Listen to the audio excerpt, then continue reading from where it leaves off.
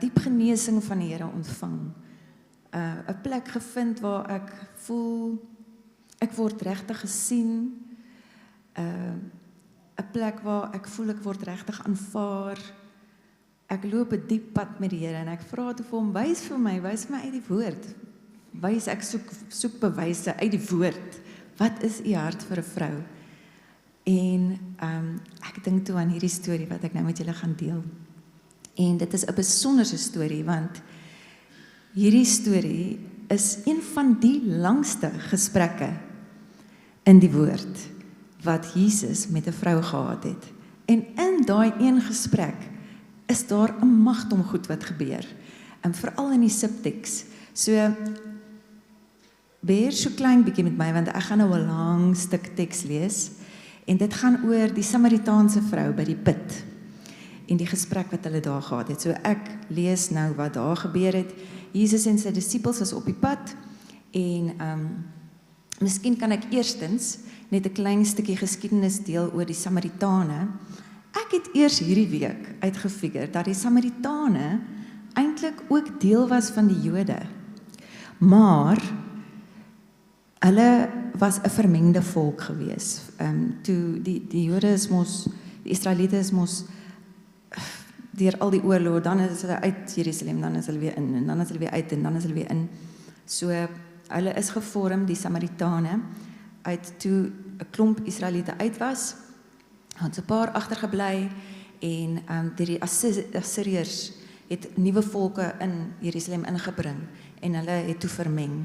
En die Jode die Israeliete, het baie neergekyk op die Samaritane, want hulle het hulle gesien as onrein. En hulle het gedink, hulle geloof is gecompromise. Die Samaritane het gevoel, hulle is deel van die Israeliete. En hulle die Torah, wat die eerste paar boeke van die Bybel is, aanvaar as 'n waarheid vir hulle. En hulle het God ook aanbid.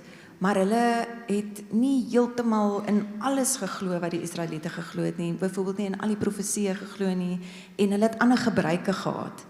En so die verhouding tussen die Israeliete en die Samaritane was nogals baie vyandig en eintlik nogals rassisties. En ook 'n geloofsstryd gewees tussen hulle. So, met daai agtergrond, hier kom Johannes 4 van vers 5 tot 29, brace yourselves. Hy kom toe by 'n dorp in Samaria met die naam Sigar. Nou, dit is waar die Samaritane gebly het. Net gou nog 'n stukkie konteks. Die Israeliete het baie keer Samaria net heeltemal vermy, want hulle wil net nie naby die Samaritane wees nie. Hier gaan Jesus en sy disippels deur Samaria. Naby die stuk grond wat Jakob aan sy seun Josef gegee het. Dit is waar die fontein van Jakob was. Uitgeput van die reis het Jesus net daar by die fontein gaan sit. Dit was ongeveer die 6de uur. Die 6de uur, hulle het van 6 uur die oggend af begin tel, so die 6de uur was so 12 uur die middag, die warmste tyd van die dag. Daar kom toe 'n vrou uit Samaria om water te skep, en Jesus sê vir haar, gee vir my water om te drink. Sy disippels was reeds weg daartoe om kos te gaan koop.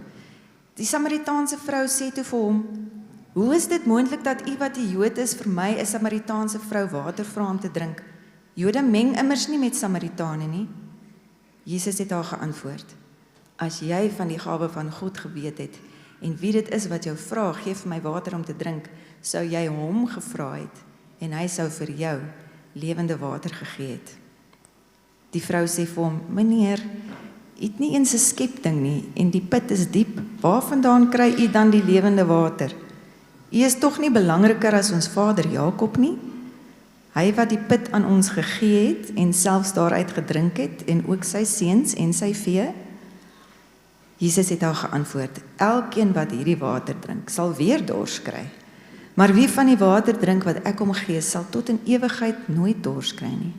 Die water wat ek hom gee, sal in hom 'n fontein van water word, wat opborrel tot die ewige lewe.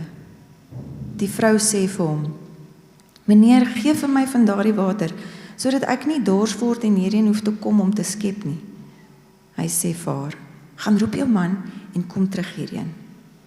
Die vrou het hom geantwoord, ek het nie 'n man nie. Jesus sê vir haar, jy sê dit reg, 'n man het ek nie, want jy het 5 mans gehad en die een wat jy nou het is nie jou man nie. Jy het die waarheid gepraat. Die vrou sê vir hom, meneer, ek sien dat u 'n profeet is. Ons voorvaders het op hierdie berg aanbid, maar julle sê Jerusalem is die plek waar aanbid moet word. Nou hierdie wat sy nou vir hom sê, dit voel so random. Nou Jesus nou hierdie ding van haar oopgevlek het en sy nou besef, hy weet nou hy kan reg deur haar sien. Nou vra sy vir hom dit. Maar wat ons moet besef is hierdie wat sy nou vir hom vra, was 'n hot topic tussen die Samaritane en die Jode. Dit was regtig 'n baie groot ding. En ons gaan nou so 'n bietjie unpack, laat ek nou nie nou te veel sê nie, maar anyway. Sy vra vir hom waar hulle moet aanbid, Jerusalem of op die berg. Jesus sê vir haar, vrou, glo my, daar kom 'n tyd dat julle die Vader nog op hierdie berg, nog in Jerusalem sal aanbid. Julle aanbid dit wat julle nie verstaan nie. Ons aanbid dit wat ons verstaan, want die verlossing kom uit die Jode. Daar kom egter 'n tyd, en dit is nou, dat die ware aanbidders die Vader in gees en in waarheid sal aanbid. Want die Vader wil juist sulke aanbidders hê. God is gees, en wie hom aanbid, moet in gees en waarheid aanbid. Die vrou sê vir hom, ek weet die Messias kom, wat Christus genoem word. Wanneer hy kom, sal hy alles aan ons bekend maak. Jesus sê vir haar, ek is die een wat nou met jou praat. Juis op daardie oomblik het sy disippels teruggekom, en hulle was verbaas om te sien dat hy besig is om met 'n vrou te praat. Tog het niemand vir hom gevra, wat wil hy van haar hê, of waarom praat hy met haar nie. Die vrou het toe haar waterkruik daar gelos, na die dorp toe gegaan en vir die mense gesê, kom kyk, hier is 'n man wat my alles vertel het wat ek gedoen het. Kan dit die Messias wees? Tot daar. In hierdie stuk sien ek soveel van God se hart vir 'n vrou. 'n Klein opsommingkie op die volgende daar sê. Jesus ontmoet vroue by 'n plek van dors.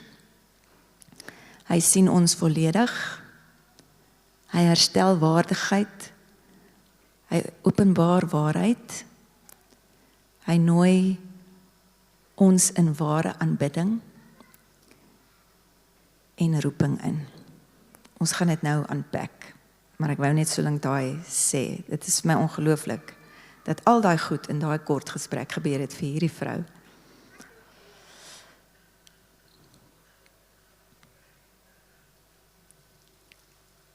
Kom ons delf in die eerste punt in, en dit is, Jesus beweeg na haar toe.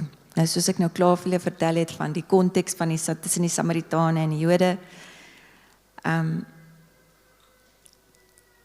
dit is heeltemal sosiaal onaanvaarbaar gewees dit wat Jesus gedoen het, want in die eerste plek het hulle nie met, mans het nie eintlik in die publiek met vrouens gepraat nie, en nie praat hy met haar in die publiek. En rabbies het nie met vrouens geestelike gesprekke gevoer nie. En dan was hy nou nog 'n Samaritaan ook, so daar's daai kwessie. Maar Jesus het Samaria toe gegaan, hy het na haar toe gegaan, hy het haar by die put gaan kry. Wat ons ook moet weet van die tyd van die dag, dis mos nou 12 uur die middag, die vrouens het gewoonlik in die oggend of in die laatmiddag gaan water haal by die put, en hierdie vrou het in die warmste tyd van die dag gaan water haal, wat beteken dat sy dalk, ek maak nou aannames hier, maar dalk was sy uitgestoot uit die gemeenskap en wou sy die mense vermy. Dalk was sy skaam as gevolg van haar agtergrond. Sy was alleen. Sy was probably in isolasie en moontlik verwerp deur haar gemeenskap, en dis hoekom sy daai tyd van die dag daar is. Voordat sy ooit vir Jesus gesoek het, het hy na haar toe gekom. God vermy nie gebroke mense nie, hy gaan na hulle toe. Dis die eerste ding wat ek sien. Die tweede ding wat ek sien, is Jesus begin nie met veroordeling wanneer hy met haar praat nie, hy begin met verhouding. So vir Jesus om haar net te vra, gee vir my water om te drink, is so 'n menslike, amper afhanklike, nederige, hy sit homself in 'n nederige afhanklike posisie. En dit maak hom dadelik vir my sag en approachable. Hy sit nie homself in sy eerste woorde aan haar as die Messias, of hy sit homself nie bo haar, nie, hy vra vir haar iets.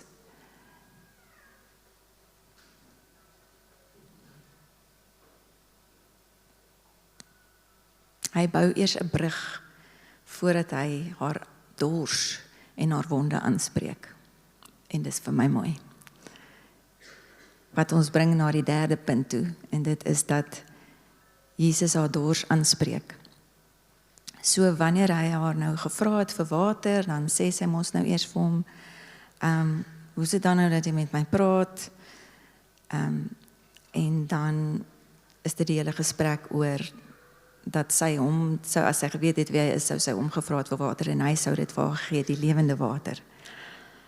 En dan wys sy nou ewe sarkasties aan dat hy nie eintlik, want hy het nie eens iets om water mee te skep nie. En dan antwoord hy haar weer, kom ek lees weer die vers, elkeen wat hierdie water drink sal weer dors kry, maar wie van die water drink wat ek hom gee, sal tot in ewigheid nooit dors kry nie. Die water wat ek hom gee, sal in hom 'n fontein van water word, wat opborrel tot in die ewige lewe. Nou tot op daai punt praat sy nou nog heeltyd van fisiese water, en sy dink hy kan vir haar water gee wat haar fisiese dors gaan les. Maar toe nou, wat hy later gesê het, dink ek het sy besef waarvan hy praat. En ons loop binne in ons, ook met 'n dors. 'n Dors na aanvaarding, 'n dors na om gesien te word, om gekies te word. 'n Dors om genoeg, soos genoeg te voel. 'n Dors om liefde te ontvang. 'n Dors om rus vir my siel te kry. 'n Dors om genesing te voel. Ons is dors vir verskillende goed.